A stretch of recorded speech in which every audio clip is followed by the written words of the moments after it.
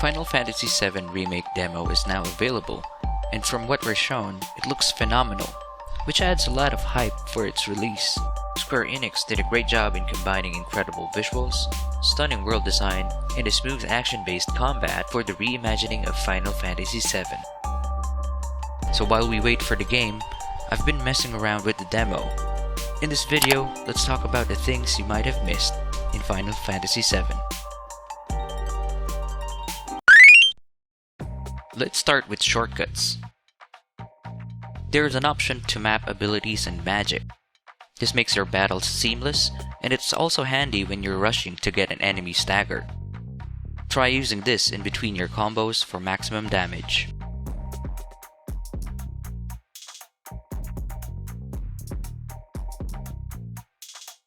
One thing I noticed when I first played this demo is that there's no victory fanfare. In my defense, the last Final Fantasy game I played was 9. So yeah, I'm outdated and I was really hoping to hear that tune. Then this happened.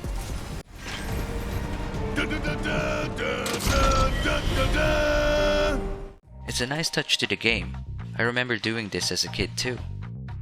Maybe we'll hear more of this from different places in the game.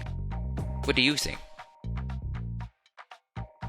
For you guys, I waited 20 minutes to find out what happens when the time runs out. And I wasn't disappointed. A scene will play, and you'll be directed to a game over screen. I think the cutscene and game over screen looks so simple. But, most of the players won't see this anyway, so it's understandable. By the way, the only option you get here is to go back to the title screen. Yeah, no checkpoint.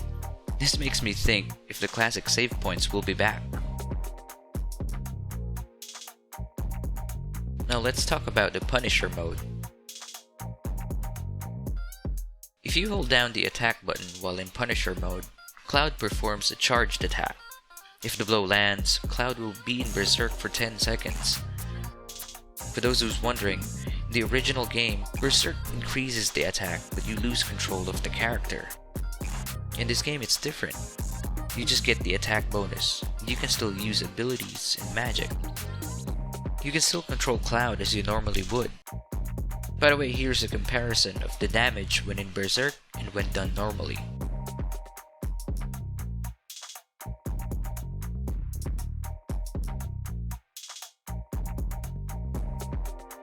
After seeing that, I guess Berserk is a buff in this game. I can't figure out what the side effect is, but if you find out, let me know in the comment section. While in battle, press the touchpad to scan an enemy. This is a nod to the original game. In the original, you need to use the sense materia. Whenever you scan an enemy, you're shown info about the enemy like health points, magic points, resistances, and even a short description of the enemy unit. This is an interesting addition because it adds a bit of lore for every enemy unit you encounter. Scan even shows how many times you've defeated that enemy. But I'm not sure what's the use of that. Maybe for trophies and achievements? Speaking of scan, you can also get a glimpse of all the spells in the same menu. You can do this by doing a scan on an enemy, then press L1 to view the legend of icons in the game. Most of the spells from the original is present, and there are some icons and spells that are new. Like Sedate.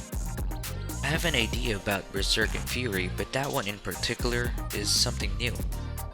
You can also see fixed damage, proportional damage, vulnerable to silence, and even variants.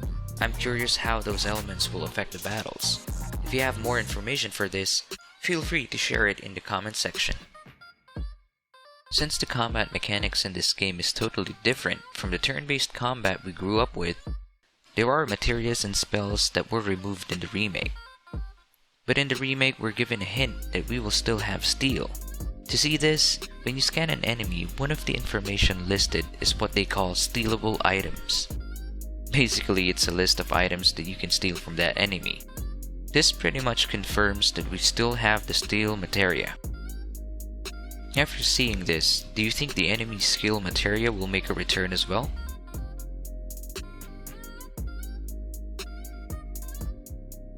Now, this is a new feature that's added to the game. It's pretty simple. It also has an interesting function.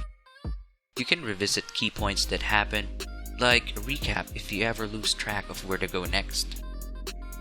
I'm not sure why this was added because the areas are not that complex at all. But who knows? It's possible that the side quests in the game were filled with mind-boggling puzzles and will put this map to good use. Let's talk about the equipment in the game. When you open the menu and check the characters, you'll see that every character can equip one weapon, one piece of armor, and an accessory. This is a nod to the original, and I'm stoked to see how other weapons and armors in the game are animated. I would love to see how Ragnarok and Ultimate Weapon looks in this one. So that covers all the things that I've noticed in the demo so far. Did we miss anything? What's your favorite Easter egg? And are you excited for its release? Let's talk about it in the comment section. And if you enjoyed this video, remember to smash like and hit that subscribe button to get notified of new videos. Thanks for watching and see you guys next time.